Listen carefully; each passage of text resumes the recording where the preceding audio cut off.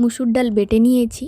আর মুসুর ডাল বাটার পর তার মধ্যে তাতে গোলমরিচ, কালো জিরে, নুন, লঙ্কা গুঁড়ো, অল্প হলুদ গুঁড়ো দিয়ে মিশিয়ে বড়া তৈরি করে নিয়েছি। দিয়ে দেখুন সুন্দর করে বড়াগুলো ভেজে নিয়েছি আগে। এরপর এই বড়াগুলোই আমি তরকারি করব। আর যেরকমভাবে মশলা কষাতে হয় সেই রকম আদা, পেঁয়াজ, রসুন দিয়ে মশলা কষিয়ে নিয়েছি। তার মধ্যে একটু অল্প দই, তাতে গোলমরিচ আর চিনি আর নুন দিয়ে একটু দই দিয়েছি সেই মশলা কষানোর মধ্যে। তারপরে আমি আলু সেদ্ধ করে নিয়েছি আর বড়াগুলো মুসুর ডালের বড়াগুলো ভেজে রেখেছিলাম সেগুলো দিয়ে দিয়েছি। আপনারাও বাড়িতে করে দেখতে পারেন মুসুর ডালের বড়া দিয়ে তরকারি। কেমন লাগে রুটি পরোটার সঙ্গে খেতে খুবই ভালো লাগবে। দেখুন তরকারি তৈরি হয়ে গেল, মুসুর ডালের বড়া দিয়ে তরকারি। আমাকেও কমেন্টে জানাবেন কেমন লাগলো।